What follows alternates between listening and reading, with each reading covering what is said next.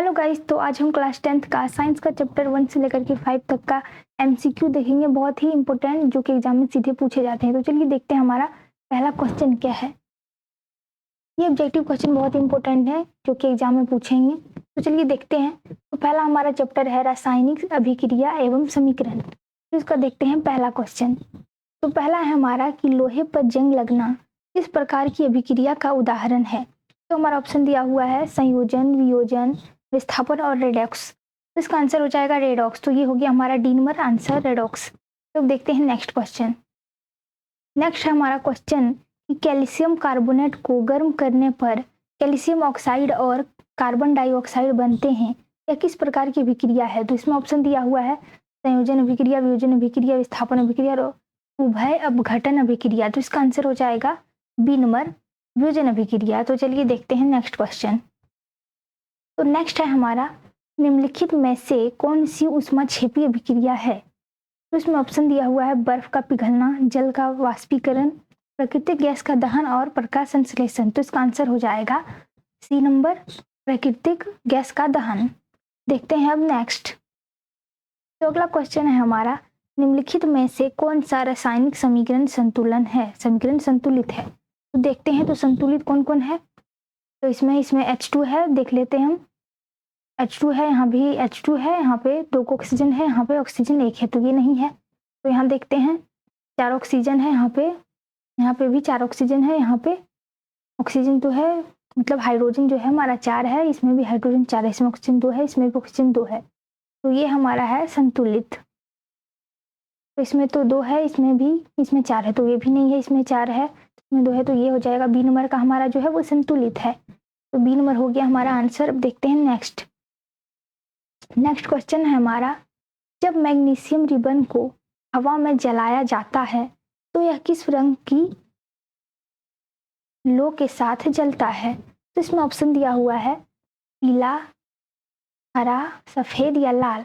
तो इसका आंसर हो जाएगा सफेद। तो सी नंबर हो गया हमारा आंसर, ये हो गया हमारा सफेद। तो अब देखते हैं नेक्स्ट क्वेश्चन। नेक्स्ट है हमारा कि निम्नलिखित में से कौन सा एक उपचायक है। तो इसका ऑप्शन देख लेते हैं। तो ऑप्शन दिया हुआ है एक O2 है, एक H2 है, एक CO2 है और एक H2O है। तो इसका आंसर हो जाएगा H2। तो ये हो गया हमारा बी नंबर का आंसर। तो अब देखते हैं नेक्स्ट क्वेश्चन। आगे है हमारा क्वेश्चन में कि सिल्वर क्लोराइड को सूर्य के प्रकाश में रखने पर क्या होता है। तो हमारा ऑप्शन दिया हुआ है यह पिघल जाता है, यह काला हो जाता है, यह सफेद हो जाता है, या फिर यह कोई परिवर्तन नहीं होता है। तो इसका आंसर हो जाएगा बी नंबर हमारा, यह काला हो जाता है। तो चलिए देखते हैं नेक्स्ट। नेक्स्ट क्वेश्चन है हमारा निम्नलिखित में से कौन सा एक भौतिक परिवर्तन है। तो भौतिक परिवर्तन कौन है। तो देखते हैं। इसका ऑप्शन दिया हुआ है लोहे पर जंग लगना, दूध का दही बनना, या फिर पानी का उबलना, या फिर भोजन का पाचन। तो इसका ऑप्शन हो जाएगा हमारा सी नंबर, ये हो गया हमारा आंसर। तो देखते हैं नेक्स्ट।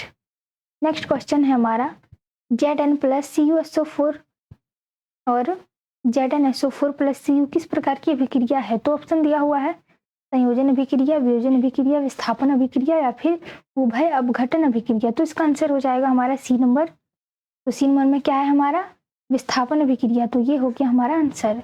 अब देखते हैं नेक्स्ट। नेक्स्ट क्वेश्चन है हमारा निम्नलिखित में से कौन सा एक रासायनिक परिवर्तन है। तो रासायनिक परिवर्तन कौन है। तो ऑप्शन देख लेते हैं पानी का जमना, कागज का जलना, बर्फ का पिघलना और चीनी का पानी में घुलना। तो इसका आंसर हो जाएगा हमारा बी नंबर, कागज का जलना। तो देखते हैं नेक्स्ट। अगला क्वेश्चन है हमारा निम्नलिखित में से कौन सी अभिक्रिया में अवक्षेप बनता है। तो अवक्षेप जो है वो किस अभिक्रिया में बनता है। तो इसका ऑप्शन देख लेते हैं हम संयोजन अभिक्रिया, वियोजन अभिक्रिया, विस्थापन अभिक्रिया या फिर अवक्षेपन अभिक्रिया। तो जाहिर सी बात है कि अवक्षेपन अभिक्रिया ही होगा। तो ये हो गया हमारा आंसर डी नंबर का, अवक्षेपन अभिक्रिया। तो देखते हैं नेक्स्ट। नेक्स्ट क्वेश्चन है हमारा निम्नलिखित में से कौन सा एक ऑक्सीकारक है। तो ऑक्सीकारक कौन है। तो ऑप्शन दिया हुआ है H2 है, Zn है, O2 है या फिर Cu है। तो इसका आंसर हो जाएगा हमारा सी नंबर का O2। तो ये हो गया हमारा उत्तर। तो देखते हैं हम नेक्स्ट क्वेश्चन। नेक्स्ट क्वेश्चन है हमारा निम्नलिखित में से कौन सी अभिक्रिया उष्माशोषी है? उष्माक्षेपी नहीं बोला है इसमें उष्माशोषी बोला है। तो उष्माशोषी कौन है? तो ऑप्शन दिया हुआ है हमारा प्राकृतिक गैस का दहन, या फिर श्वसन, या फिर प्रकाश संश्लेषण, या फिर लोहे पर जंग लगना। तो इसका आंसर हो जाएगा हमारा प्रकाश संश्लेषण। तो यह है हमारा सी नंबर में, तो ये हो गया हमारा आंसर प्रकाश संश्लेषण। तो देखते हैं नेक्स्ट क्वेश्चन। नेक्स्ट है हमारा निम्नलिखित में से कौन सा एक संतुलित रासायनिक समीकरण है? संतुलित कौन है तो देख लेते हैं इसको कि संतुलित कौन है। तो यहाँ पे जो है हमारा Fe यहाँ पे एक है, यहाँ भी एक है, यहाँ पे Cl2 है, यहाँ पे Cl3 है, तो ये संतुलित हमारा नहीं है। दूसरा है हमारा यहाँ पे Fe हमारा 2 है, यहाँ भी 2 है, यहाँ पे 3Cl है, यहाँ पे Cl जो है हमारा 3 और 2 6 है, और यहाँ पे हमारा हो गया, यहाँ पे तो हमारा 3 और यहाँ भी 2 है, यहाँ भी 6 है, तो यही हो जाएगा हमारा आंसर। तो बी नंबर हमारा हो जाएगा आंसर, क्योंकि ये संतुलित है। तो ये हमारा देख लेते हैं दूसरा भी, ये तो संतुलित है तो ये सब नहीं होगा, क्योंकि यहाँ पे Fe एक है, यहाँ पे भी एक है, यहाँ पे Cl जो है वो 6 है, यहाँ पे 3 है, तो ये नहीं हुआ, ये भी नहीं है, और यहाँ पे Fe 2 है, यहाँ भी 2 है, और यहाँ पे Cl 2 है, यहाँ पे Cl 6 है, तो ये भी नहीं हुआ। तो इसका आंसर क्या हो जाएगा? बी नंबर हमारा 2Fe प्लस 3Cl2 और 2FeCl3। तो देखते हैं नेक्स्ट क्वेश्चन। नेक्स्ट क्वेश्चन है हमारा निम्नलिखित में से कौन सा एक रेडॉक्स अभिक्रिया का उदाहरण है? तो रेडॉक्स अभिक्रिया का उदाहरण कौन है? इसमें ऑप्शन दिया हुआ है CaCl3 और CaO प्लस CO2। उसके बाद है हमारा बी नंबर में ऑप्शन है 2H2 प्लस O2 और 2H2O, और तीसरा नंबर में ऑप्शन है NaCl प्लस AgNO3 और AgCl प्लस NaNO3, और हमारा डी नंबर में है H2SO4 प्लस 2NaOH और Na2SO4 और 2H2O। तो इसका आंसर हो जाएगा हमारा B number 2H2 plus O2 और 2H2O। तो ये हो गया हमारा आंसर। तो अब देखते हैं नेक्स्ट क्वेश्चन। नेक्स्ट क्वेश्चन है हमारा निम्नलिखित में से कौन सा एक संक्षारण का उदाहरण है? तो संक्षारण का उदाहरण कौन है? तो ऑप्शन देख लेते हैं हम, लोहे पर जंग लगना, या फिर चांदी का काला पड़ना, या फिर तांबे पर हरी पदार्थ का जमना, या फिर उपरोक्त सभी। तो इसका आंसर हो जाएगा उपरोक्त सभी, क्योंकि सारा जो है वो ही संक्षारण का उदाहरण है। तो ये हो गया हमारा डी नंबर का उपरोक्त सभी। तो अब देखते हैं हम नेक्स्ट क्वेश्चन। नेक्स्ट है हमारा 17 नंबर में, निम्नलिखित में से कौन सा एक विकृत गंधिता का उदाहरण है? तो इसमें ऑप्शन दिया हुआ है तेल और वसा युक्त खाद्य पदार्थों का खराब होना, या फिर धातुओं का संक्षारण, या फिर प्लास्टिक का अपघटन, या फिर कागज का जलना। तो इसका आंसर हो जाएगा हमारा ये नंबर में तेल और वसायुक्त खाद्य पदार्थों का खराब होना। तो देखते हैं नेक्स्ट क्वेश्चन। नेक्स्ट है हमारा निम्नलिखित में से कौन सा एक उभय अपघटन अभिक्रिया का उदाहरण है? तो इसमें ऑप्शन दिया हुआ है Zn प्लस CuSO4 और ZnSO4 प्लस CO, और दूसरा है हमारा 2H2 प्लस O2 बराबर H2H2O। 3 नंबर में है हमारा NaCl प्लस AgNO3 और AgCl प्लस NaNO3, और फोर्थ में हमारा है CaCO3 बराबर CaO प्लस CO2। तो इसका आंसर हो जाएगा हमारा सी नंबर का। ये जो हमारा आंसर है ये हो जाएगा NaCl प्लस AgNO3 बराबर AgCl प्लस NaNO3। तो ये हो गया हमारा आंसर। अब देखते हैं नेक्स्ट क्वेश्चन।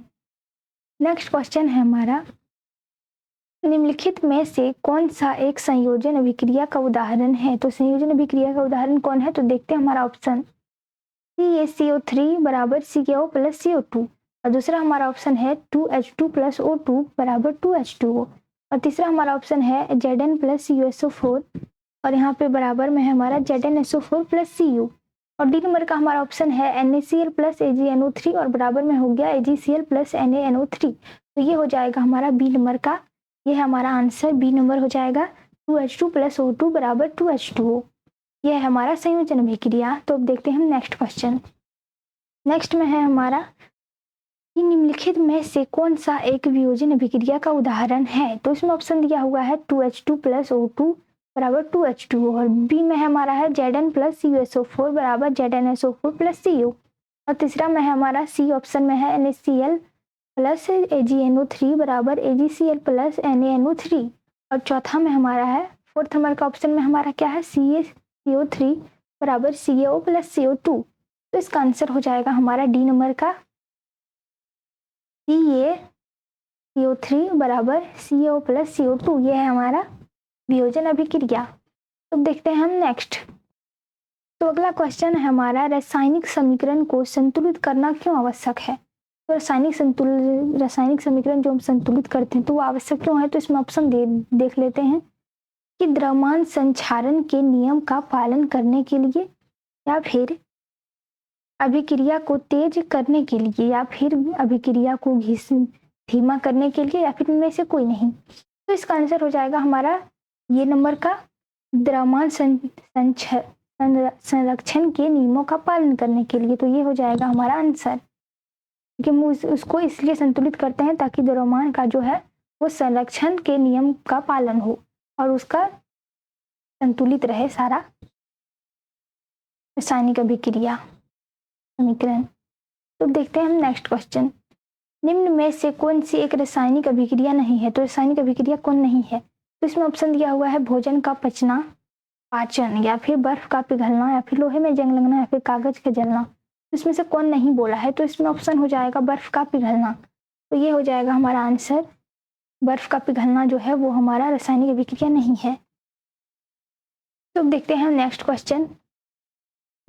नेक्स्ट है हमारा, वह अभिक्रिया जिसमें दो या दो से अधिक अभिकारक आपस में अभिकारक मिलकर एक उत्पाद बनाते हैं वो क्या कहलाती है। तो इसमें ऑप्शन दिया हुआ है वियोजन अभिक्रिया, संयोजन अभिक्रिया, विस्थापन अभिक्रिया, द्विविस्थापन अभिक्रिया।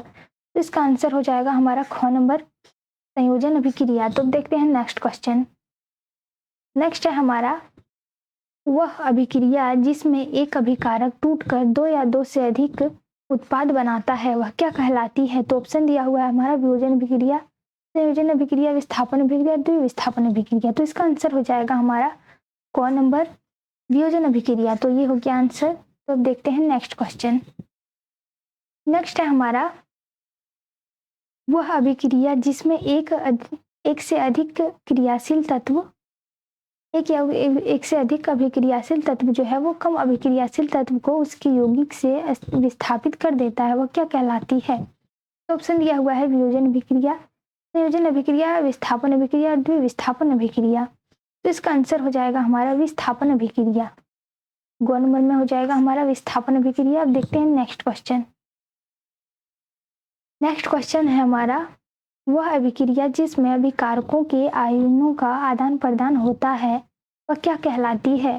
तो इसका ऑप्शन दिया हुआ है वियोजन अभिक्रिया, संयोजन अभिक्रिया, विस्थापन अभिक्रिया, या फिर द्विविस्थापन अभिक्रिया। तो इसका आंसर हो जाएगा हमारा द्विविस्थापन अभिक्रिया, घ नंबर। तो देखते हैं नेक्स्ट क्वेश्चन। तो नेक्स्ट क्वेश्चन है हमारा, वह अभिक्रिया जिसमें ऊष्मा का उत्सर्जन होता है वह क्या कहलाती है। तो इसमें ऑप्शन दिया हुआ है ऊष्मा शोषी अभिक्रिया, ऊष्मा क्षेपी अभिक्रिया, रेडॉक्स अभिक्रिया, या इनमें से कोई नहीं। तो इसका आंसर हो जाएगा हमारा ऊष्मा क्षेपी अभिक्रिया, मतलब ये हमारा ख नंबर हो जाएगा ऊष्मा क्षेपी अभिक्रिया। तो अब देखते हैं नेक्स्ट क्वेश्चन। नेक्स्ट है हमारा, वह अभिक्रिया जिसमें ऊष्मा का अवशोषण होता है वह क्या कहलाती है। तो अवशोषण किसमें होता है, तो ऑप्शन दिया हुआ है हमारा ऊष्मा शोषी अभिक्रिया, ऊष्मा क्षेपी अभिक्रिया, रेडॉक्स अभिक्रिया, या फिर इनमें से कोई नहीं। तो इसका आंसर हो जाएगा हमारा ऊष्मा शोषी अभिक्रिया। तो ये हो गया हमारा क नंबर आंसर। तो देखते हैं नेक्स्ट। अगला क्वेश्चन है हमारा कि उपचयन का दूसरा नाम क्या है, ऑक्सीकरण है। ये बहुत इंपॉर्टेंट क्वेश्चन है, एग्जाम में पूछा जा सकता है कि उपचयन का दूसरा नाम क्या है। तो उपचयन का दूसरा नाम है ऑक्सीकरण अभिक्रिया। तो देखते हैं इसमें क्वेश्चन क्या बोला है कि उपचयन में क्या होता है। तो इसमें ऑप्शन दिया हुआ है ऑक्सीजन का योग होता है, या फिर हाइड्रोजन का योग होता है, या फिर इलेक्ट्रॉन का त्याग होता है, या फिर क और ग दोनों होता है।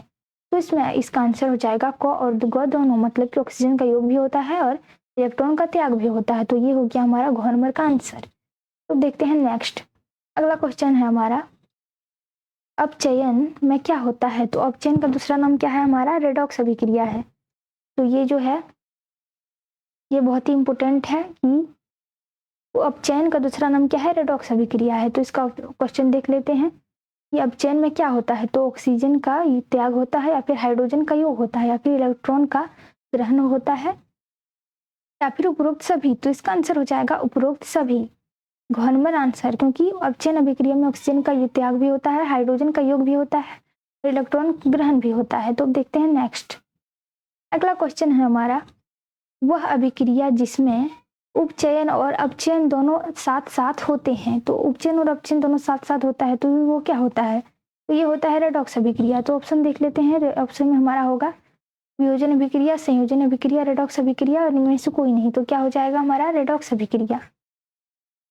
तो देखते हैं नेक्स्ट क्वेश्चन। तो नेक्स्ट है हमारा, लोहे पर जंग लगना किसका उदाहरण है? तो इसमें ऑप्शन दिया हुआ है संक्षारण, विकृत गंधिता, उष्माशोषी या फिर उष्माक्षेपी। तो इसका आंसर हो जाएगा संक्षारण। 1 नंबर हो गया हमारा आंसर उस संक्षारण। तो देखते हैं नेक्स्ट क्वेश्चन। नेक्स्ट है हमारा, वसा युक्त खाद्य पदार्थों का लंबे समय तक रखने पर स्वाद और गंध बदलना कहलाता है। तो किसी भी वसा युक्त पदार्थों को लंबे समय तक रखते हैं तो उसका स्वाद और गंध जो है उसका में वो बदल जाता है, स्वाद और उसका गंध। तो वो कौन सी अभिक्रिया है? तो इसके बारे में हमें पूछा है। तो ऑप्शन दिया हुआ है संक्षारण है, विकृत गंधिता है, उष्माशोषी है या उष्माक्षेपी है। तो इसका आंसर हो जाएगा हमारा विकृत गंधिता। तो ख नंबर हो गया हमारा आंसर विकृत गंधिता। तो देखते हैं नेक्स्ट क्वेश्चन। अगला है हमारा क्वेश्चन कि निम्न में से कौन सी अभिक्रिया उष्माक्षेपी है? तो उष्माक्षेपी कौन है?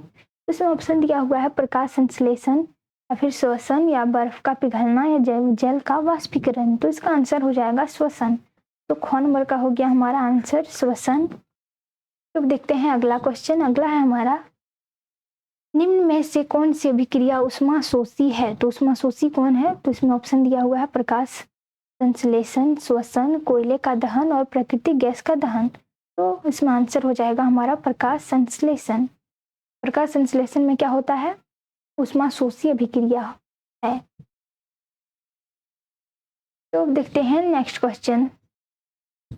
अगला हमारा क्वेश्चन जो है वो है कि रासायनिक अभिक्रिया में भाग लेने वाले पदार्थ क्या कहलाते हैं? तो उत्पाद कहलाते हैं, अभिकारक कहलाते हैं, उत्प्रेरक कहलाते हैं, इनमें से कोई नहीं। तो इसका आंसर हो जाएगा अभिकारक, क्योंकि रासायनिक अभिक्रिया में जो भाग लेता है उसे अभिकारक कहते हैं और रासायनिक अभिक्रिया के बाद बनता है उसे उत्पाद कहते हैं। तो इसमें क्या बोला है कि रासायनिक अभिक्रिया में जो भाग लेता है, तो ये हो जाएगा हमारा अभिकारक। अगर इसमें बोलता है कि रासायनिक अभिक्रिया के बाद क्या बनता है, तो ये हो जाता है हमारा उत्पाद। तो देखते हैं नेक्स्ट क्वेश्चन। अगला है हमारा नेक्स्ट में कि रासायनिक अभिक्रिया के फल स्वरूप बनने वाले पदार्थ क्या कहलाते हैं? तो अभी मैंने बताया आपको कि रासायनिक अभिक्रिया के बाद जो बनता है उसे क्या कहते हैं? उत्पाद कहते हैं। तो इसका आंसर क्या हो जाएगा? उत्पाद हो जाएगा। तो देखते हैं नेक्स्ट क्वेश्चन। नेक्स्ट है हमारा कि कैल्शियम कार्बोनेट जिसका सूत्र होता है CaCO3 को गर्म करने पर क्या बनता है? तो इसको गर्म करेंगे तो क्या बनेगा? CaCO3 है तो CaO + CO2 बनेगा। तो इसमें ऑप्शन दिया हुआ है Ca और CO2, Ca और CO2 या फिर Ca और CO2 या फिर Ca और CO2। तो इसका आंसर हो जाएगा हमारा क नंबर CaO+ और CO2। अगला है हमारा क्वेश्चन कि सिल्वर क्लोराइड जिसका सूत्र होता है AgCl वो सूर्य के प्रकाश में रखने पर क्या होता है? तो इसमें ऑप्शन दिया हुआ है Ag और Cl बनता है, या फिर AgCl2 या फिर Ag2Cl या फिर इनमें से कोई नहीं। तो इसका आंसर हो जाएगा हमारा Ag और Cl2, ये हो जाएगा हमारा आंसर। तो सिल्वर क्लोराइड को हम सूर्य के प्रकाश में रखते हैं तो क्या होता है? AgCl जो है वो टूट जाता है और Ag + Cl बन जाता है। Ag और Cl2 ऑक्सीजन की अभिक्रिया में उपस्थिति में। तो देखते हैं नेक्स्ट क्वेश्चन। नेक्स्ट और लास्ट क्वेश्चन हमारा इस चैप्टर का कि रासायनिक समीकरण को संतुलित करने की विधि को क्या कहते हैं? तो हम रासायनिक समीकरण को संतुलित करने की विधि को क्या कहते हैं? तो हमारा ऑप्शन है heat and trial Vidhi, ion और इलेक्ट्रॉन विधि, या फिर ऑक्सीकरण संख्या विधि, या फिर उपरोक्त सभी। तो इसका आंसर हो जाएगा हमारा हीट एंड ट्रायल विधि। तो ये हमारा ये नंबर में है, तो ये हो गया हमारा आंसर। ये भी बहुत इंपॉर्टेंट क्वेश्चन है, एग्जाम में पूछे जा सकते हैं। तो देखते हैं हम नेक्स्ट चैप्टर का। तो नेक्स्ट चैप्टर है हमारा अम्ल, क्षारक एवं लवण। तो इसका देखते हैं हम ऑब्जेक्टिव क्वेश्चन। तो पहला हमारा क्वेश्चन है कि लिटमस विलियन की रंग का मतलब लिटमस विलियन किस रंग का होता है? तो इसमें ऑप्शन दिया हुआ है लाल, नीला, बैंगनी और हरा। तो इसमें आंसर हो जाएगा हमारा बैंगनी। तो बैंगनी है हमारा सी नंबर में, ये हो गया हमारा आंसर। तो देखते हैं नेक्स्ट क्वेश्चन। नेक्स्ट क्वेश्चन है हमारा कि अम्ल का पीएच मान कितना होता है? तो अम्ल का पीएच मान कितना होता है? ऑप्शन दिया हुआ है 7 से अधिक, 7 से कम, 7 के बराबर और या फिर 14। तो इसका आंसर हो जाएगा हमारा 7 से कम। तो 7 से कम है हमारा बी नंबर में, तो ये हो गया हमारा आंसर 7 से कम। तो अब देखते हैं हम क्षारक का पीएच मान कितना होता है। तो क्षारक का पीएच मान कितना होता है, तो ऑप्शन दिया हुआ है 7 से अधिक, 7 से कम, 7 के बराबर या फिर 0। तो 7 से अधिक हो जाएगा। तो 7 से अधिक है हमारे ये नंबर में, तो ये हो गया हमारा 7 से अधिक। क्षारक में जो होता है वो पीएच मान 7 से अधिक होता है और अम्ल में जो है वो 7 से कम होता है। तो देखते हैं हम नेक्स्ट क्वेश्चन। नेक्स्ट है हमारा कि निम्नलिखित में से कौन सा अम्ल है। तो अम्ल इसमें से कौन है जो कि खट्टा होता है। तो NaOH है या फिर KOH है या फिर HCl है या फिर NaCl है। तो इसमें से हमारा HCl हो जाएगा। तो ये हो गया हमारा आंसर। ये जो है हमारा HCl मतलब हाइड्रोक्लोरिक अम्ल होता है, तो ये हो जाएगा हमारा अम्ल है आंसर। तो देखते हैं नेक्स्ट क्वेश्चन। नेक्स्ट क्वेश्चन है हमारा निम्नलिखित में से कौन सा क्षारक है। तो क्षारक कौन है, इसमें ऑप्शन दिया हुआ है H2SO4, HNO3, CaOH हॉल 2 या फिर CH3 COOH। इसका आंसर हो जाएगा हमारा CaOH हॉल 2। तो ये हो जाएगा हमारा सी नंबर का आंसर। तो अब देखते हैं नेक्स्ट क्वेश्चन। नेक्स्ट क्वेश्चन है हमारा निम्नलिखित में से कौन सा लवण है। तो लवण कौन है इसमें, तो ऑप्शन दिया हुआ है HCl, NaOH, NaCl या फिर H2O। तो इसका आंसर हो जाएगा NaCl। तो सी नंबर हो गया हमारा आंसर। नमक, NaCl मतलब नमक होता है। ये जो है हमारा ये एक लवण है नमक। तो देखते हैं नेक्स्ट क्वेश्चन। नेक्स्ट है हमारा दही में कौन सा अम्ल पाया जाता है। तो लैक्टिक अम्ल पाया जाता है। तो देखते हैं हमारा ऑप्शन। तो पहला ऑप्शन हमारा एसिटिक अम्ल, साइट्रिक अम्ल, लैक्टिक अम्ल या टाइट्रिक अम्ल। तो इसका आंसर हो जाएगा लैक्टिक अम्ल। तो देखते हैं हमारा नेक्स्ट क्वेश्चन। तो नेक्स्ट है हमारा चींटी के डंक में कौन सा अम्ल पाया जाता है। तो ऑप्शन दिया हुआ है एसिटिक अम्ल, फॉर्मिक अम्ल, साइट्रिक अम्ल या टार्टरिक अम्ल। तो इसका आंसर हो जाएगा फॉर्मिक अम्ल। तो देखते हैं नेक्स्ट क्वेश्चन। नेक्स्ट है हमारा टमाटर में कौन सा अम्ल पाया जाता है। तो ऑप्शन दिया हुआ है एसिटिक अम्ल, फॉर्मिक अम्ल, ऑक्सेलिक अम्ल या फिर टार्टरिक अम्ल। तो इसका आंसर हो जाएगा हमारा सी नंबर ऑक्सेलिक अम्ल। ये जो है वो टमाटर में पाया जाता है ऑक्सेलिक अम्ल। ये सब बहुत ही इंपॉर्टेंट क्वेश्चन है जो एग्जाम में सीधे पूछे जाते हैं। तो चलिए देखते हैं नेक्स्ट। नेक्स्ट है हमारा निम्न में से कौन सा प्रबल अम्ल है। तो प्रबल अम्ल कौन है हमारा, तो इसमें ऑप्शन दिया हुआ है CH3 COOH या फिर H2CO3 या फिर HCl या फिर H3CO4। तो इसका आंसर हो जाएगा हमारा सी नंबर HCl। ये जो है वो प्रबल अम्ल है। और नेक्स्ट क्वेश्चन है हमारा निम्न में से कौन सा दुर्बल अम्ल है। तो दुर्बल अम्ल कौन है, तो ऑप्शन दिया हुआ है NaOH, KOH, COH हॉल 2 या फिर HNO3 NHO4। तो इसका आंसर हो जाएगा हमारा डी नंबर HNO4। तो देखते हैं नेक्स्ट क्वेश्चन। नेक्स्ट है हमारा उदासीनीकरण अभिक्रिया में क्या बनता है। तो उदासीन अभिक्रिया में क्या बनता है, तो ऑप्शन में है अम्ल बनता है, क्षारक बनता है या लवण और जल दोनों या फिर गैस। तो इसका आंसर हो जाएगा लवण और जल दोनों। तो देखते हैं नेक्स्ट क्वेश्चन। नेक्स्ट है हमारा बेकिंग सोडा का रासायनिक सूत्र क्या है। तो बेकिंग सोडा का रासायनिक सूत्र क्या होता है, तो इसमें ऑप्शन दिया हुआ है NaCl, Na2CO3, NaHCO3 या फिर NaOH। तो इसका आंसर हो जाएगा हमारा NaHCO3। ये होता है हमारा बेकिंग सोडा का सूत्र। तो ये सब सूत्र बहुत इंपॉर्टेंट हैं, सब याद करना बहुत ही जरूरी है। तो देखते हैं नेक्स्ट क्वेश्चन। नेक्स्ट हमारा धावन सोडा का रासायनिक सूत्र क्या है। धावन सोडा यानी कि धोने वाला सोडा। तो इसका रासायनिक सूत्र क्या होता है, तो देखते हैं हमारा ऑप्शन दिया हुआ है NaCl, Na2CO3 और इंटू 10H2O या फिर NaHCO3 और NaOH। तो इसका आंसर हो जाएगा Na2CO3 इंटू 10H2O। तो ये हो जाएगा हमारा आंसर। ये बी नंबर हो गया हमारा आंसर। ये होता है हमारा धोने वाला सोडा का सूत्र। अब देखते हैं नेक्स्ट क्वेश्चन। नेक्स्ट है हमारा प्लास्टर ऑफ पेरिस का रासायनिक सूत्र क्या है। तो उसमें ऑप्शन दिया हुआ है CaSO4 इंटू 2H2O या फिर CaSO4 इंटू 1/2 या फिर हाफ H2O या फिर CaCO3 या फिर CaO। तो इसका आंसर हो जाएगा हमारा B number CaSO4 into half H2O। तो ये होता है हमारा प्लास्टर ऑफ पेरिस का सूत्र। तो देखते हैं नेक्स्ट क्वेश्चन। नेक्स्ट है हमारा विरंजक चूर्ण का रासायनिक सूत्र क्या है? तो विरंजक चूर्ण का होता है, इसमें ऑप्शन दिया हुआ है NaCl, Na2CO3, NaCO Cl2 या फिर NaOH। तो इसका आंसर हो जाएगा हमारा CaOCl2। तो देखते हैं नेक्स्ट क्वेश्चन। नेक्स्ट क्वेश्चन है हमारा 17 नंबर का। अगला कि निम्न में से कौन सा अम्ल धातुओं से क्रिया करके हाइड्रोजन गैस निकलता है? निम्न में से कौन सा अम्ल जो है, इसमें से कौन सा अम्ल जो है वो धातुओं से भी क्रिया करता है तो हाइड्रोजन गैस निकलता है? तो इसमें ऑप्शन दिया हुआ है सभी अम्ल, या फिर केवल प्रबल अम्ल, या फिर केवल दुर्बल अम्ल, या फिर कोई अम्ल नहीं। तो इसमें ऑप्शन हो गया, तो अब इसका आंसर हो जाएगा हमारा कोई अम्ल नहीं है, क्योंकि इसमें सभी अम्ल है। तो ये हो जाएगा हमारा आंसर सभी अम्ल। सभी अम्ल जो है वो अम्ल धातुओं के साथ अभिक्रिया करके हाइड्रोजन गैस निकलता है। तो देखते हैं नेक्स्ट क्वेश्चन। नेक्स्ट हमारा अम्लीय वर्षा का पीएच मान कितना होता है? तो 7 से अधिक, 7 से कम, या फिर 5.6 से कम, या फिर 5.6 से अधिक। तो इसका आंसर हो जाएगा 5.6 से कम। तो ये हो गया हमारा सी नंबर, इसमें हो जाएगा हमारा 5.6 से कम। तो देखते हैं नेक्स्ट। अगला क्वेश्चन है हमारा कि हमारे शरीर का पीएच मान किस परास में कार्य करता है? ये भी बहुत इंपॉर्टेंट क्वेश्चन है।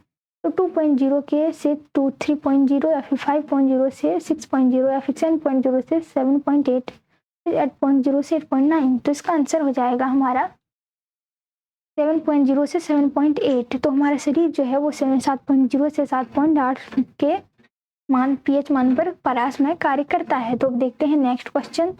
नेक्स्ट है हमारा कि सोडियम हाइड्रोक्साइड का पीएच मान कितना होता है? तो इसमें ऑप्शन दिया हुआ है 1, 7, 10 या 17, 14।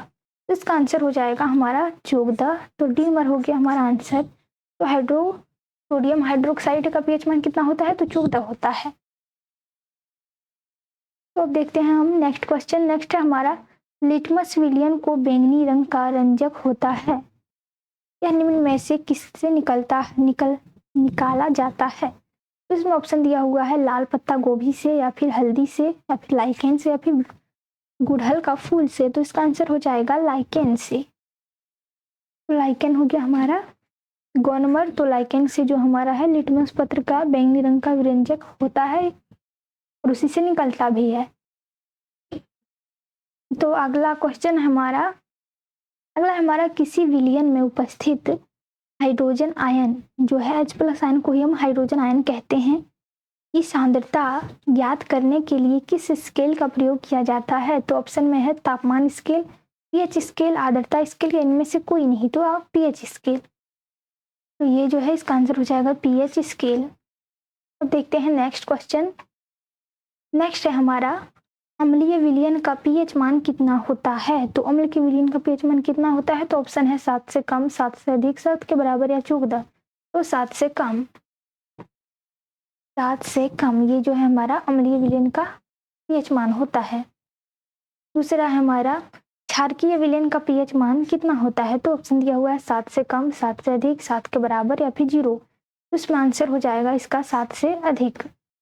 अब देखते हैं अगला क्वेश्चन। तो अगला है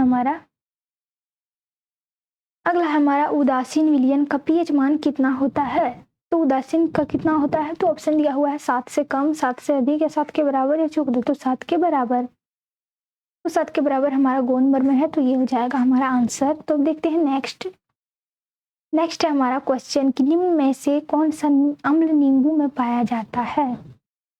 किस अम्ल में नींबू पाया जाता है? तो इसका ऑप्शन दिया हुआ है एसिटिक अम्ल, साइट्रिक अम्ल, टार्टरिक अम्ल, या ऑक्जेलिक अम्ल। तो इसका आंसर हो जाएगा साइट्रिक अम्ल। तो ये हो जाएगा हमारा ख नंबर हो गया साइट्रिक अम्ल इसका आंसर। साइट्रिक अम्ल में नींबू पाया जाता है। तो अगला है हमारा टमाटर में कौन सा अम्ल पाया जाता है? तो इसमें ऑप्शन दिया हुआ है एसिटिक अम्ल, साइट्रिक अम्ल, टार्टरिक अम्ल, या ऑक्जेलिक अम्ल। तो इसका हो जाएगा हमारा ऑक्जेलिक अम्ल। देखते हैं नेक्स्ट। अगला है हमारा चींटी के डंक में कौन सा अम्ल पाया जाता है? तो एसिटिक अम्ल, थेकनोइक अम्ल, टार्टरिक अम्ल, या ऑक्जेलिक अम्ल। तो इसका आंसर हो जाएगा मेथेनोइक अम्ल।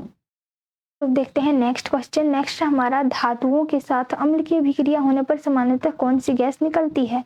तो ऑप्शन दिया हुआ है ऑक्सीजन, हाइड्रोजन, नाइट्रोजन या फिर कार्बन डाइऑक्साइड। तो इसका आंसर हो जाएगा बी नंबर हमारा, ख नंबर हाइड्रोजन। तो अगला क्वेश्चन है हमारा, धातुओं के साथ क्षारक की अभिक्रिया होने पर सामान्यतः कौन सी गैस निकलती है?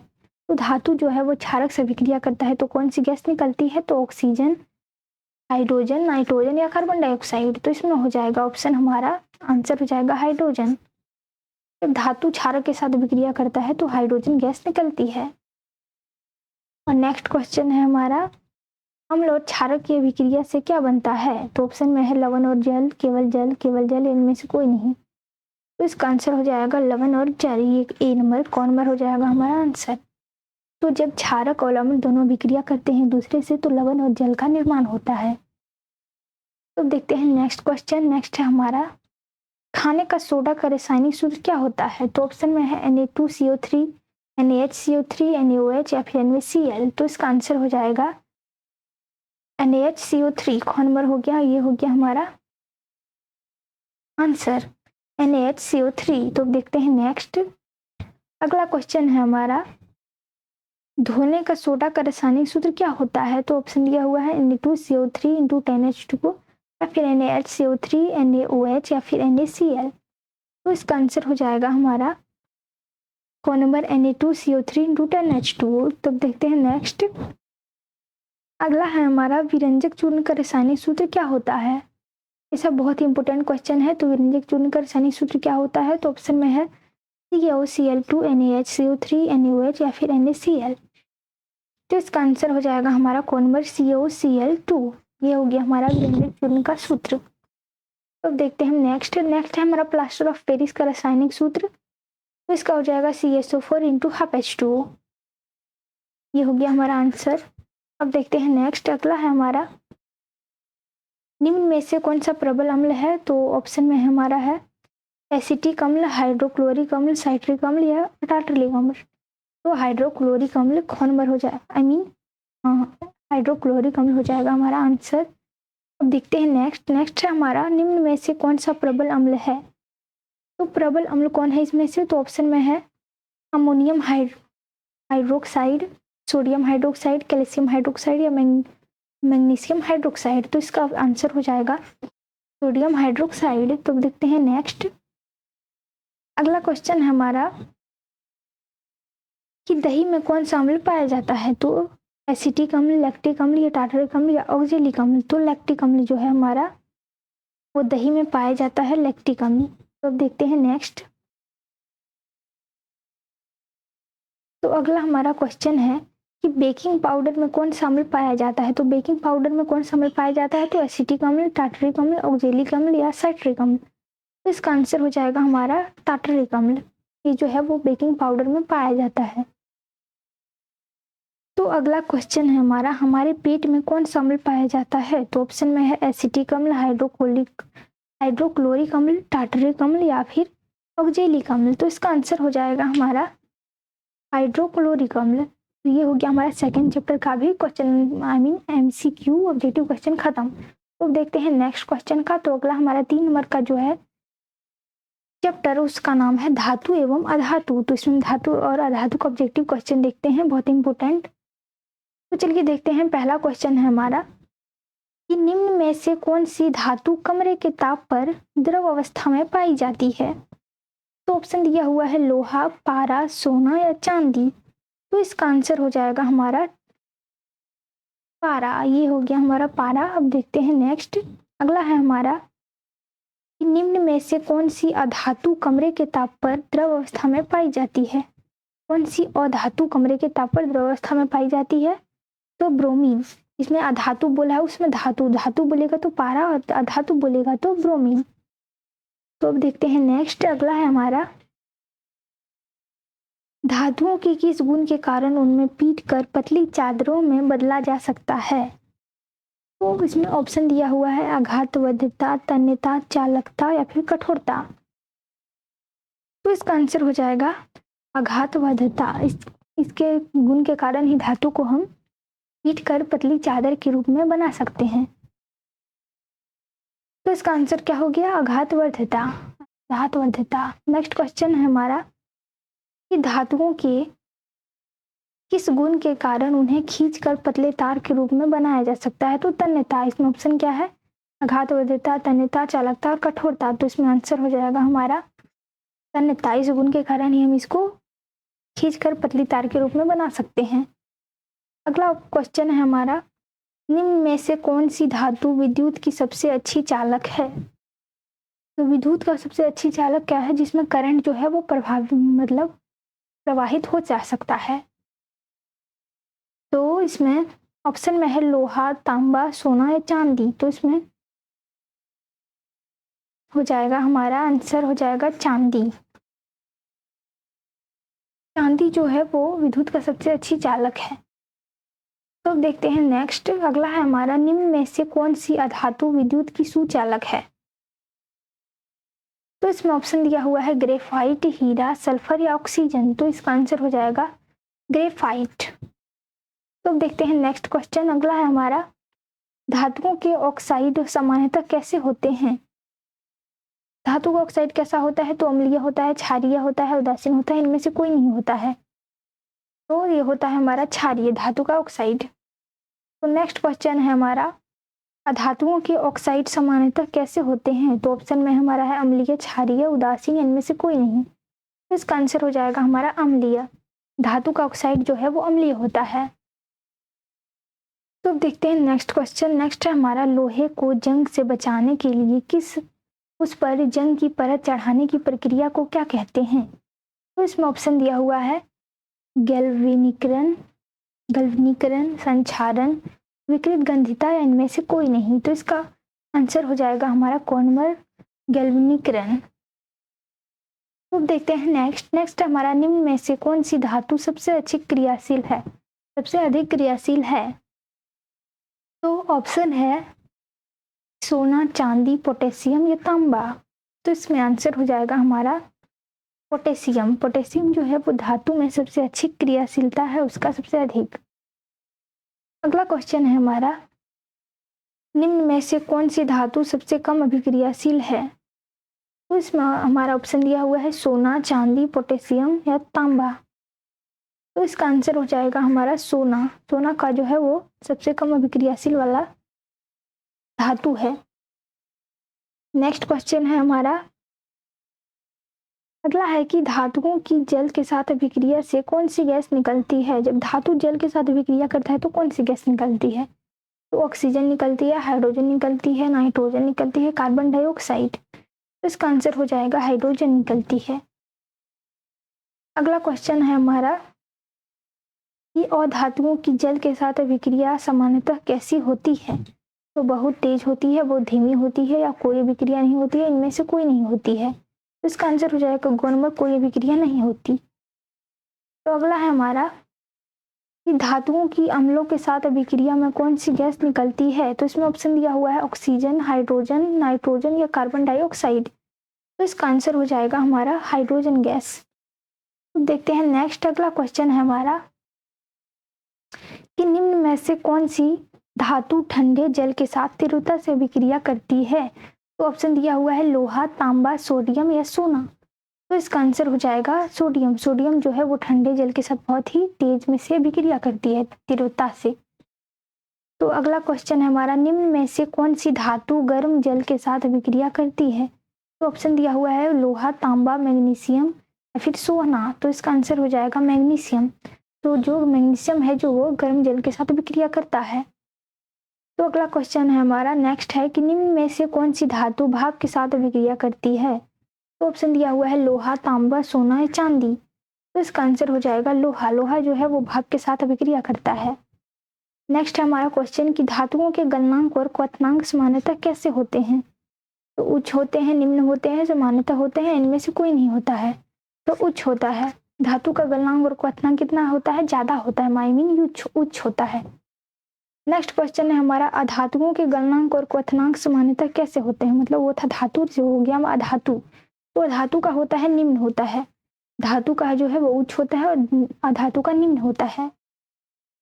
नेक्स्ट है हमारा, धातुओं की सतह सामान्यतः कैसी होती है? तो ऑप्शन है चमकदार, धुंधली, खुरदरी या फिर इनमें से कोई नहीं। तो ये हो जाएगा हमारा चमकदार। नेक्स्ट क्वेश्चन देखते हैं। अगला है हमारा, सोडियम धातु को किस में डुबो कर रखा जाता है? तो ऑप्शन है जल में, या फिर मिट्टी का तेल में, या फिर अल्कोहल में, इनमें से कोई नहीं। तो इसका आंसर हो जाएगा मिट्टी का तेल में जो है वो सोडियम धातु को डुबो कर रखा जाता है। नेक्स्ट क्वेश्चन है, कौन सी धातु कमरे के ताप पर ऑक्सीजन के साथ अभिक्रिया करती है? तो इसमें ऑप्शन दिया हुआ है लोहा, तांबा, सोना या एल्यूमिनियम। तो इसका आंसर हो जाएगा सोना। सोना जो है वो सोना जो है वो कमरे के ताप पर ऑक्सीजन के साथ अभिक्रिया करता है। अगला क्वेश्चन है हमारा, धातुओं को पतले तारों में खींचे जाने की क्षमता को क्या कहते हैं? तो तन्यता कहते हैं। ये हो जाएगा हमारा खोनवन में है तन्यता। नेक्स्ट हमारा कि कौन सी अधातु चमकदार होती है? तो सल्फर, आयोडीन, ऑक्सीजन या नाइट्रोजन। तो इसका आंसर हो जाएगा आयोडीन। आयोडीन जो है वो चमकदार होती है। अगला क्वेश्चन है हमारा कि धातुओं के ऑक्साइड जल में घुलकर क्या बनाते हैं? तो ऑप्शन में है अम्ल, क्षार, लवण, इनमें से कोई नहीं। तो इसका आंसर हो जाएगा क्षार। अब देखते हैं नेक्स्ट क्वेश्चन। नेक्स्ट हमारा, अधातुओं के ऑक्साइड जल में घुलकर क्या बनाते हैं? तो अम्ल, क्षार, लवण या इनमें से कोई नहीं। तो इसका आंसर हो जाएगा अम्ल। तो देखते हैं नेक्स्ट। अगला है हमारा, कौन सी धातु ठंडे और गर्म जल के साथ अभिक्रिया करती है? तो इसमें ऑप्शन दिया हुआ है लोहा, तांबा, पोटेशियम या एल्यूमिनियम। तो इसका आंसर हो जाएगा पोटेशियम। अब देखते हैं नेक्स्ट क्वेश्चन। नेक्स्ट है हमारा, कौन सी धातु केवल भाप के साथ अभिक्रिया करती है? तांबा, लोहा, सोना या चांदी। तो इसका आंसर हो जाएगा लोहा। लोहा जो है वो केवल भाप के साथ अभिक्रिया करता है। तो नेक्स्ट चैप्टर है हमारा कार्बन एवं उसके यौगिक। तो पढ़ेंगे हम कार्बन एवं उसके यौगिक का बहुत ही इंपॉर्टेंट क्वेश्चन, मतलब कि ऑब्जेक्टिव क्वेश्चन देखेंगे। तो चल के देखते हैं हमारा कार्बन एवं उसके यौगिक का। तो इसमें हमारा पहला क्वेश्चन जो है वो है कि कार्बन की संयोजकता कितनी होती है? तो ऑप्शन दिया हुआ है 2, 3, 4 और 5। तो कार्बन का संयोजकता होता है हमारा 4। तो देखते हैं नेक्स्ट क्वेश्चन। अगला है हमारा, कार्बन का कौन सा अपरूप सबसे कठोर होता है? तो ऑप्शन दिया हुआ है ग्रेफाइट, हीरा, कोयला या फुलरीन। तो इसमें इसका आंसर हो जाएगा हीरा। तो देखते हैं नेक्स्ट क्वेश्चन। तो नेक्स्ट है हमारा, एथेन का आणविक सूत्र क्या है? तो एथेन का आणविक सूत्र हमारा ऑप्शन दिया हुआ है CH4, C2H6, C2H4 और फिर C3H8। तो इसका आंसर हो जाएगा हमारा C2H6। तो नेक्स्ट है हमारा कि प्रक्रियात्मक समूह -CHO किसका प्रतीक है? तो इसमें आंसर दिया हुआ है अल्कोहल का, एल्डिहाइड का, कीटोन का या फिर कार्बोक्सिलिक अम्ल का। तो इसका आंसर हो जाएगा हमारा एल्डिहाइड का। तो देखते हैं नेक्स्ट क्वेश्चन। नेक्स्ट हमारा, साबुन के अणु में क्या होता है? तो ऑप्शन में है जलविरागी सिरा, ये और बी दोनों, इनमें से कोई नहीं। तो इसका आंसर हो जाएगा ये और बी दोनों, क्योंकि जल के अणु में जो है वो जलरागी सिरा भी होता है और जलविरागी सिरा भी होता है। तो नेक्स्ट क्वेश्चन देखते हैं। नेक्स्ट है हमारा, एथेनोइक अम्ल का सामान्यतः नाम क्या है? इसमें ऑप्शन दिया हुआ है फॉर्मिक अम्ल, एसिटिक अम्ल, ब्यूटिलिक अम्ल या फिर पोमिटिक अम्ल। तो इसका आंसर हो जाएगा एसिटिक अम्ल। तो देखते हैं नेक्स्ट क्वेश्चन। नेक्स्ट है हमारा, बहुलक का उदाहरण क्या है? तो ऑप्शन दिया हुआ है ग्लूकोज, प्रोटीन, वसा या स्टार्च। तो इसका आंसर हो जाएगा स्टार्च। स्टार्च जो है वो बहुलक का उदाहरण है।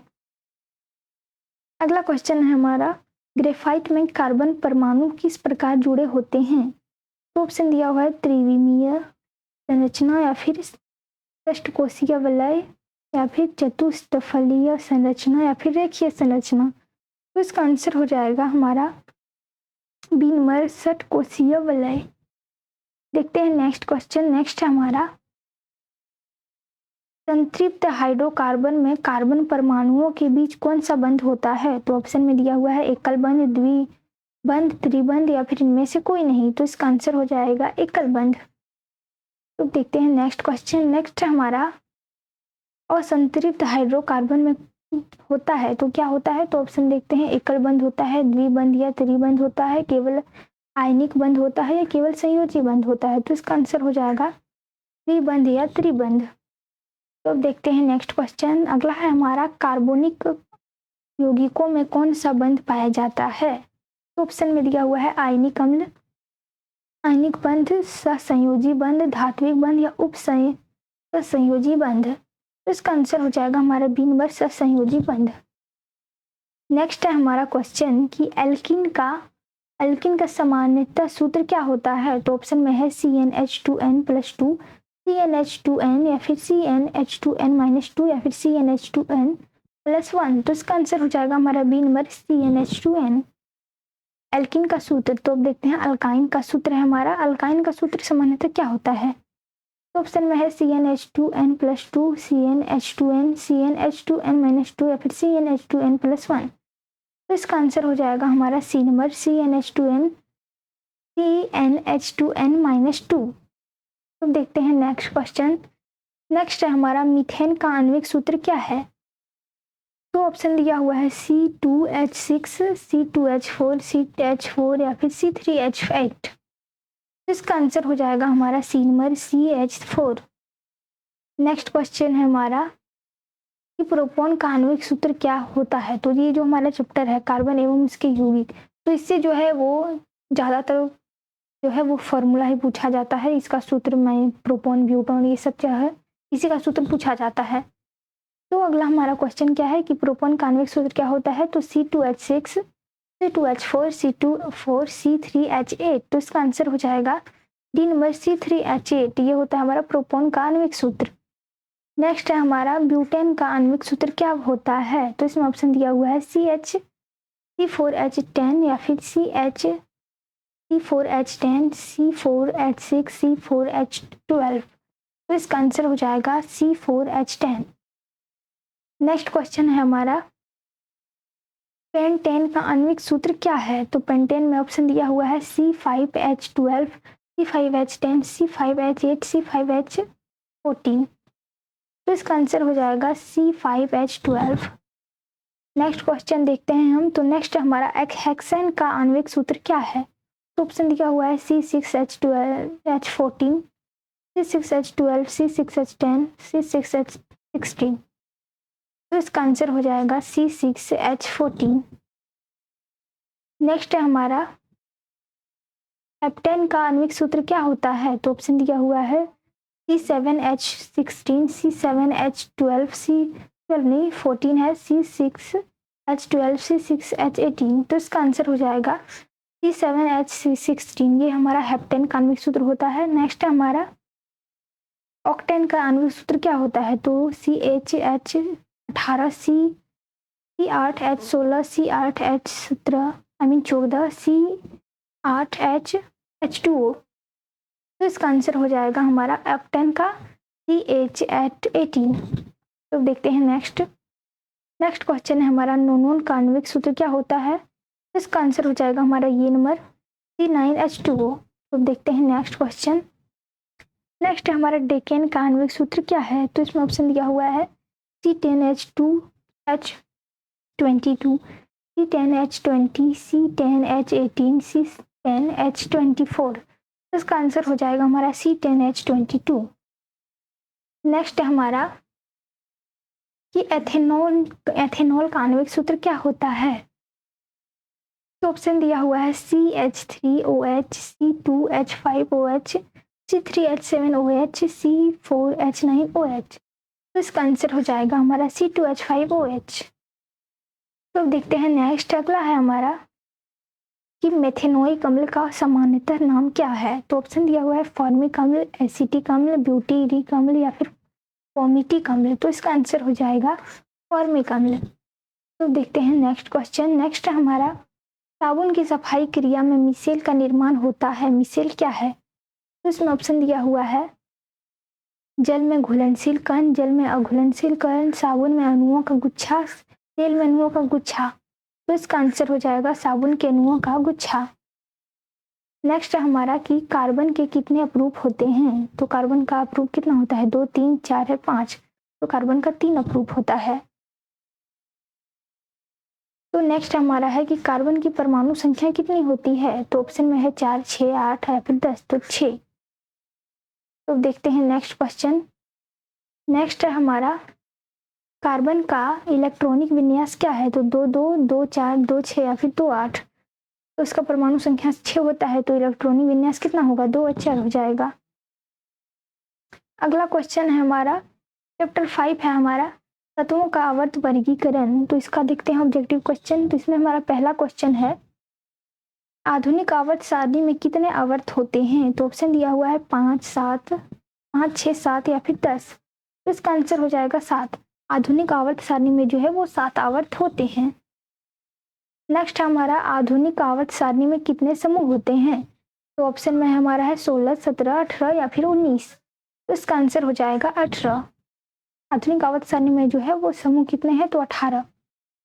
नेक्स्ट क्वेश्चन है हमारा आवर्त सारणी में बाएं से दाएं जाने पर परमाणु त्रिज्या में क्या परिवर्तन होता है? तो इसमें ऑप्शन दिया हुआ है बढ़ती है, घटती है, स्थिर रहती है, पहले बढ़ती है फिर घटती है। तो हो जाएगा बी नंबर घटती है। तो नेक्स्ट क्वेश्चन है हमारा कि आवर्त सारणी में ऊपर से नीचे जाने पर परमाणु त्रिज्या में क्या परिवर्तन होता है? तो ऑप्शन दिया हुआ है बढ़ती है, घटती है, स्थिर रहती है या पहले घटती है फिर बढ़ती है। तो इसका आंसर हो जाएगा ये नंबर बढ़ती है। अब देखते हैं नेक्स्ट क्वेश्चन। नेक्स्ट है हमारा आवर्त सारणी में सबसे अधिक विद्युत ऋणात्मक तत्व कौन सा है? तो ऑप्शन दिया हुआ है ऑक्सीजन, फ्लोरीन, क्लोरीन या फिर नाइट्रोजन। तो इसका आंसर हो जाएगा फ्लोरीन। अब देखते हैं नेक्स्ट क्वेश्चन। नेक्स्ट है हमारा कि आवर्त सारणी में सबसे अधिक धात्विक गुण वाला तत्व कौन सा होता है? तो सोडियम, पोटेशियम, रुबिडियम या फिर सीजियम। तो इसका आंसर हो जाएगा सीजियम। अब देखते हैं नेक्स्ट। तो नेक्स्ट है हमारा त्रिक नियम किसके ने दिया है? तो त्रिक का नियम किसने दिया है? तो डोबेराइन ने, न्यूलैंड्स ने, मेंडेलीफ ने या फिर मोसेले ने। तो इसका आंसर हो जाएगा डोबेराइन ने। तो देखते हैं नेक्स्ट क्वेश्चन है हमारा अष्टक का नियम किसने दिया है? तो ऑप्शन दिया हुआ है डोबेराइन ने, न्यूलैंड्स ने, मेंडेलीफ ने या मोसले ने। तो इसका आंसर हो जाएगा न्यूलैंड्स ने जो है वो अष्टक का नियम का दिया है। नेक्स्ट है हमारा क्वेश्चन आवर्त सारणी का जनक किसे कहा जाता है? तो डोबेराइन को, न्यूलैंड्स को, मेंडेलीफ को या मोसले को। तो इसका आंसर हो जाएगा मेंडेलीफ जो है वो आवर्त सारणी का जनक है। नेक्स्ट क्वेश्चन है हमारा आधुनिक आवर्त सारणी किस आधार पर आधारित है? तो ऑप्शन है परमाणु भार, परमाणु संख्या, परमाणु त्रिज्या, संयोजकता। तो इसका आंसर हो जाएगा परमाणु संख्या के आधार पर आवर्त सारणी जो है वो स्थित है। तो नेक्स्ट क्वेश्चन है हमारा आवर्त सारणी में हेलोजन किस समूह में स्थित है? तो आंसर ऑप्शन दिया हुआ है समूह ए, समूह 17, समूह 18, समूह 2। तो इसका आंसर हो जाएगा समूह 17 में जो है वो हेलोजन स्थित है। नेक्स्ट क्वेश्चन है हमारा आवर्त सारणी में अक्रिय गैस किस समूह में स्थित है? तो ऑप्शन दिया हुआ है समूह ए, समूह 17, समूह 18, समूह 2। तो इसका आंसर हो जाएगा समूह 18 में जो है वो अक्रिय गैस स्थित है। नेक्स्ट क्वेश्चन है हमारा आवर्त सारणी में क्षार धातुओं किस समूह में स्थित है? तो ऑप्शन दिया हुआ है समूह 17, समूह 18, समूह 2। ये समूह 1 हो जाएगा यहाँ हमारा। तो इसका आंसर हो जाएगा समूह 1। तो इसमें ऑप्शन दिया हुआ है, देखिए आंसर है क्वेश्चन है हमारा अगला नेक्स्ट की आवर्त सारणी में क्षारीय मृदा धातुओं किस समूह में स्थित है? तो ऑप्शन दिया हुआ है समूह 1, समूह 17, समूह 18, समूह 2। तो इसका आंसर हो जाएगा समूह 2। तो नेक्स्ट है हमारा क्वेश्चन कि आवर्त सारणी में संक्रमण तत्व किस ब्लॉक में स्थित है? तो S block, P block, D block या एफ ब्लॉक। इसका आंसर हो जाएगा डी ब्लॉक। देखते हैं नेक्स्ट। अगला है हमारा क्वेश्चन की आवर्त सारणी में लेंथेनाइड और एक्टिनाइड किस ब्लॉक में स्थित है? तो ऑप्शन में है S block, P block, D block या एफ ब्लॉक। तो इसका आंसर हो जाएगा एफ ब्लॉक। तो नेक्स्ट क्वेश्चन है हमारा कि आवर्त सारणी में एस ब्लॉक के तत्व कौन से हैं? तो ऑप्शन दिया हुआ है क्षार धातु में और क्षारीय धातु में मृदा, हेलोजन और सक्रिय गैसें, संक्रमण तत्व, एथेनॉइड और एक्टिनाइड। तो इसका आंसर हो जाएगा हमारा ये नंबर क्षार धातु में और क्षार मृदा धातु में।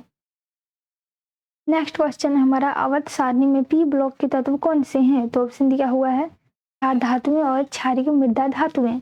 3 नंबर में है हेलोजन और अक्रिय गैस या फिर सी नंबर में है संक्रमण तत्व और डी नंबर में है एथेनॉइड और एक्टिनाइड। तो इसका आंसर हो जाएगा बी नंबर हेलोजन और अक्रिय गैस। नेक्स्ट क्वेश्चन है हमारा, एक तत्व का इलेक्ट्रॉनिक विन्यास 2 8 17 है, यह किस समूह में स्थित है? इसका ऑप्शन दिया हुआ है समूह 1, समूह 17, समूह 18, समूह 2। इसका आंसर हो जाएगा समूह 17। तो देखते हैं नेक्स्ट क्वेश्चन। नेक्स्ट हमारा, एक तत्व का इलेक्ट्रॉनिक विन्यास 2 8 2 है, यह किस आवर्त में स्थित है? इसका ऑप्शन दिया हुआ है आवर्त 2, आवर्त 3, आवर्त 4 और आवर्त 5। तो इसका आंसर हो जाएगा आवर्त 3। अगला क्वेश्चन है हमारा कि मेंडेलीव के तत्वों को किस क्रम में व्यवस्थित किया गया है? तो ऑप्शन दिया हुआ है परमाणु संख्या, परमाणु भार, इलेक्ट्रॉनिक विन्यास या संयोजकता। तो इसका आंसर हो जाएगा परमाणु भार। नेक्स्ट क्वेश्चन है हमारा, आधुनिक आवर्त सारणी में उपधातुओं की संख्या कितनी है? तो ऑप्शन में है 5 7, 5 6 7 और फिर 8। तो इसका आंसर हो जाएगा 7। नेक्स्ट क्वेश्चन है हमारा, आवर्त सारणी में सबसे हल्की धातु कौन सी है? तो ऑप्शन दिया हुआ है लिथियम, सोडियम, पोटेशियम या रुबिडियम। तो इसका आंसर हो जाएगा हमारा लिथियम। लिथियम जो है वो आवर्त सारणी में सबसे हल्की धातु है। नेक्स्ट क्वेश्चन है हमारा, आवर्त सारणी में सबसे भारी धातु कौन सी है? तो ऑप्शन में है सोना, प्लेटिनम, ऑसियम या पारा। तो इसमें हो जाएगा ओमसियम। तो नेक्स्ट क्वेश्चन है हमारा, आवर्त सारणी में द्रव अवस्था में पाई जाने वाली कौन सी धातु है? तो ऑप्शन में है पारा, ब्रोमीन, गैलियम या फिर सीजियम। इसका आंसर हो जाएगा पारा। पारा जो है वो द्रव अवस्था में पाई जाती है। नेक्स्ट क्वेश्चन है, आवर्त सारणी में द्रव अवस्था में पाई जाने वाली अधातु कौन सी है? तो अधातु में ऑप्शन दिया हुआ है पारा, ब्रोमीन, गैलियम या फिर सीजियम। तो इसका आंसर हो जाएगा ब्रोमीन। तो नेक्स्ट क्वेश्चन है हमारा, नेक्स्ट है, आवर्त सारणी में सबसे अधिक क्रियाशील धातु कौन सी है? तो ऑप्शन में है सोडियम, पोटेशियम, रुबिडियम या फिर सीजियम। तो इसका आंसर हो जाएगा सीजियम। तो नेक्स्ट है हमारा क्वेश्चन की आवर्त सारणी में सबसे अधिक क्रियाशील धातु कौन सी है? तो ऑप्शन दिया हुआ है ऑप्शन ऑक्सीजन, फ्लोरीन, क्लोरीन या फिर ब्रोमीन। तो इसका आंसर हो जाएगा फ्लोरीन। तो ये हो गया हमारा खत्म। तो इसमें हम चैप्टर ये जो हमारा जो क्लास 10th का साइंस है, इनमें से 1 से लेकर 5 तक चैप्टर का हम सारा MCQ देख चुके हैं, जो कि इनमें से है कि क्वेश्चन जो है एग्जाम में पूछे जाएंगे वो भी डायरेक्ट। तो आई होप कि आपको अच्छे से समझ में आ गया होगा। तो मिलते हैं नेक्स्ट वीडियो में, तब तक के लिए थैंक यू।